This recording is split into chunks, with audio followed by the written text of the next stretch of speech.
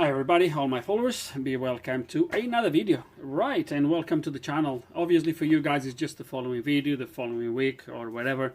For me it's been a start of recording videos again. I haven't recorded anything since the beginning of August 2023. Been on holidays back home, seeing family etc. for a couple of weeks, and then I took 1 week extra to tackle some of the well overdue jobs around the house. From electrics to other stuff. If you follow me on Patreon, you know exactly what I'm talking about. But now is back to business, if you will, and we're gonna start to do some jobs. And here is the first one. Okay, and the first job is already kinda undergoing. To be honest, I was not really about to record this, but then I just thought, you know, might be better to do it.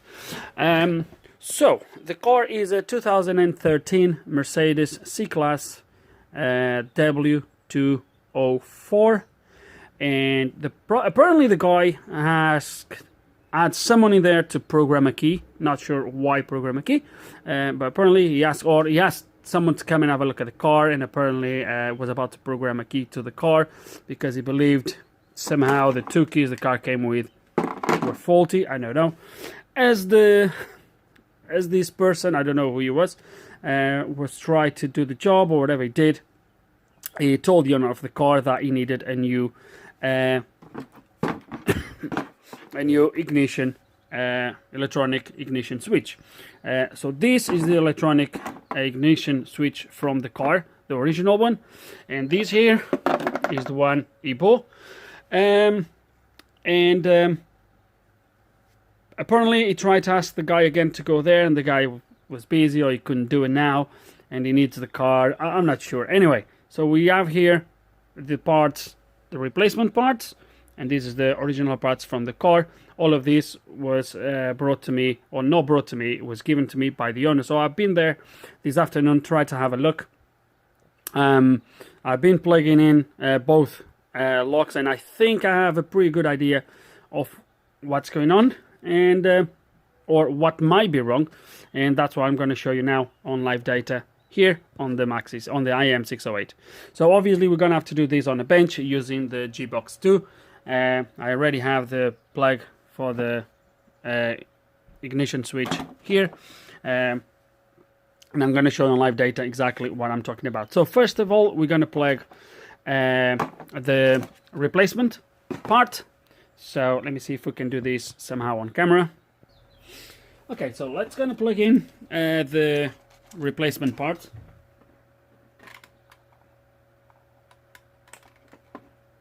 And this is the key from this lock, okay, from this switch. So now we're gonna go here to live data. I'm already logged in, so I've already been here. Live data. And what I wanted to look at is down here where it says a valid vehicle key was detected. So I'm going to insert this key in there on this lock somehow if I can. I need two hands, hold on a second. Okay, that should do. So I'm going to insert the key, and when I insert the key, as you can see, that says yes. So I'm going to show you that the key is now inserted. And now if I pull the key out, so as to know. Now if I put the key back in, I'm going to try to do this one hand somehow. So if I push the key, that goes to yes. So now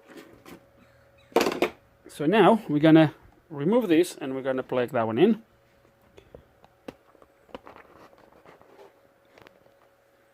I'm going to pull this one out. Actually, let me come out of live data.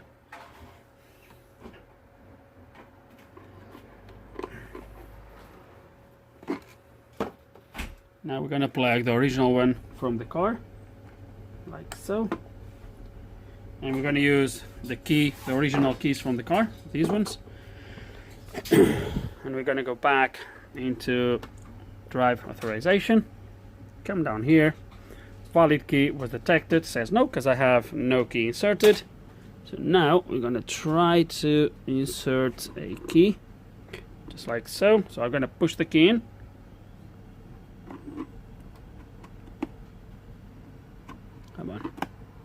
key inserted, and I still have a no in there. Okay, so as you can see, the key is fully inserted. I'm going to pull the key out. So you can see it was fully inserted. So I'm going to push it back in again. I'm going to try the other key actually, so you can see the other key.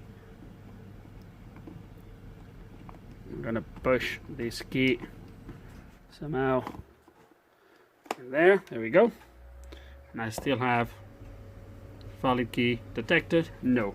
As you can see, the key is fully inserted. So there's something wrong with this electronic switch that is not detecting when the key is inserted. I know for a fact there is a micro switch inside that sees when the key is inserted. Don't know if that's the problem with it or if there's something else, but I think the only way to know is get into this. Okay, so to open this is really easy. You just have these tabs here on the side. So hold on, let me use this one here just to keep this one open. Now, like so. Now we move this into this corner here, and that should open. Now we come back here, like so. Come on. Slip these little tabs and it should open the lock, the steering switch. There we go. And now we do have 2 screws here, and the electronics should slide out from here. So before we pull it out from this side, it doesn't look like anything is burned or anything like that. Everything looks pretty much okay. Oh, look at that. Have you seen? Can I show you this?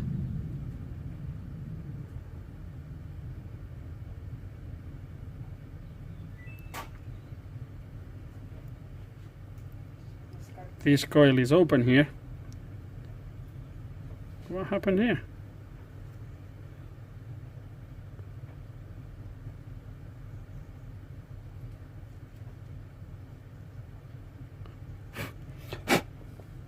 Wow.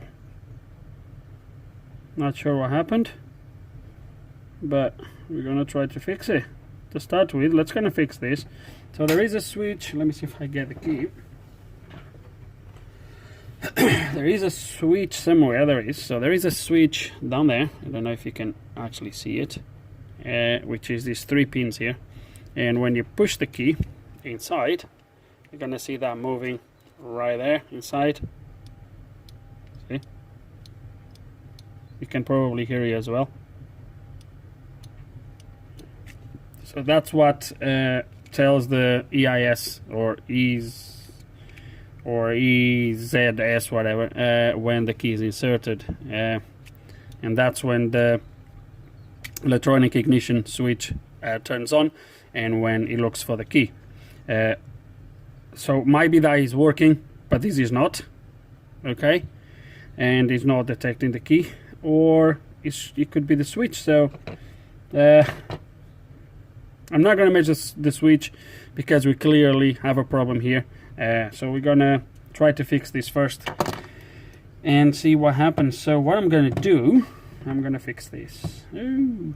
So what I'm gonna do is I'm gonna use this enameled wire, and we're gonna join these again.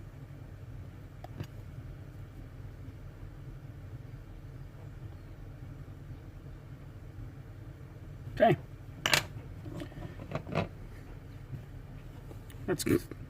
That's gonna do it, and see if that fixes the problem.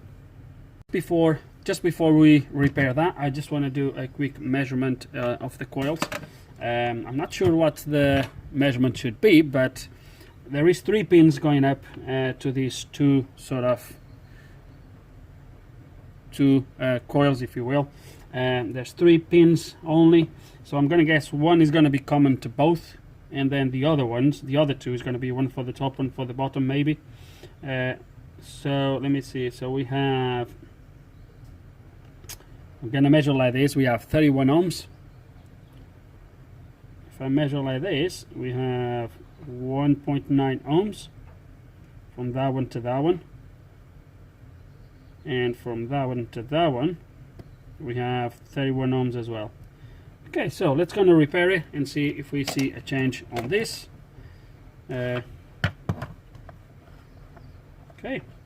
see if I can solder a tiny bit of this enameled wire and we can join that together again. Okay, job done. I don't know how good of a job, but let me see if I can show you this. So there we come on, focus a tiny bit. So there we go. So I solder the enamel wire here, then this loop that was coming here, I bend it back and I brought the wire all the way, come on, focus, all the way up to here.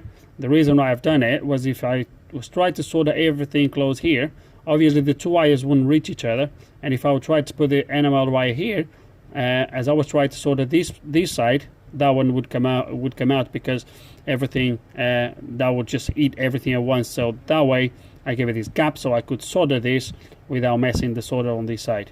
So it's not pretty. We'll try to put a little bit of maybe of glue just to hold this everything in place, to avoid any vibrations to break this again or anything like that.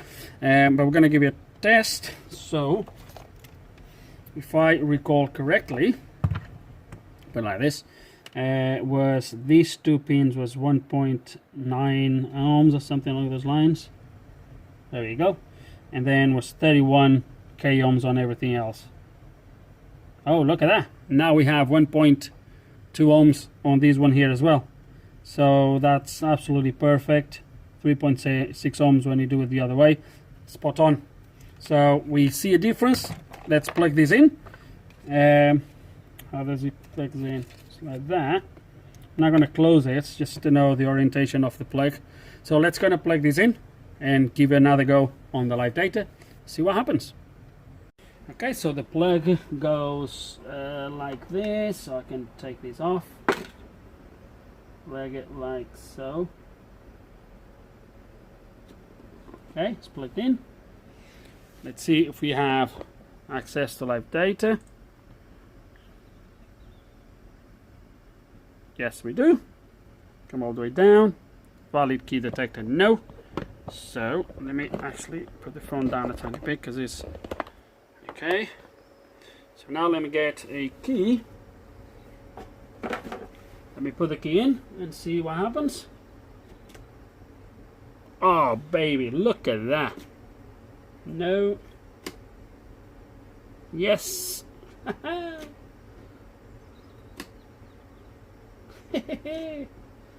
Let me try the other key. Oh, beautiful.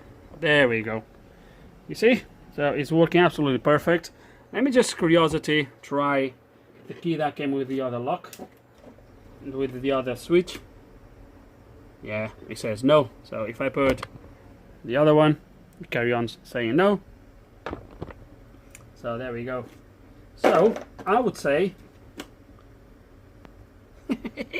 so that I would say this is fixed, guys, and I think what I'm going to do now to actually wrap up this video in a more successful way, if you will, is when I go to fit this to the car, I'll try to do a quick clip just to show you that the lock is the switch is actually working and starting the car. But before that, we're going to try to put something on this soldering place, on this soldering point, to hold all these in place so we prevent these from shaking or vibrations, etc., so it doesn't split again. Okay, but looks like it's a success. And there we go, 2 drops of super glue.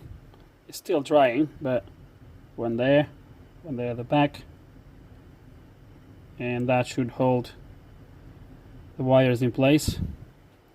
Someone has been spraying WD-40, so this greasy thing is WD-40 that someone has been spraying on this, which we're gonna give a quick clean. I've seen the bottle of WD-40 on the floor of the car, so okay. So I think I'll see you next time when I get to the car. Okay, and here we are, ready to give it a go. I got the IM608, and we're gonna see if we can plug this in and see if that new ignition lock, or new or repaired ignition switch, sorry, if it works. And here it is, guys, first attempt. So I just put it in, turn the ignition on, and there we go. Beautiful. Let's see if it starts. Should start.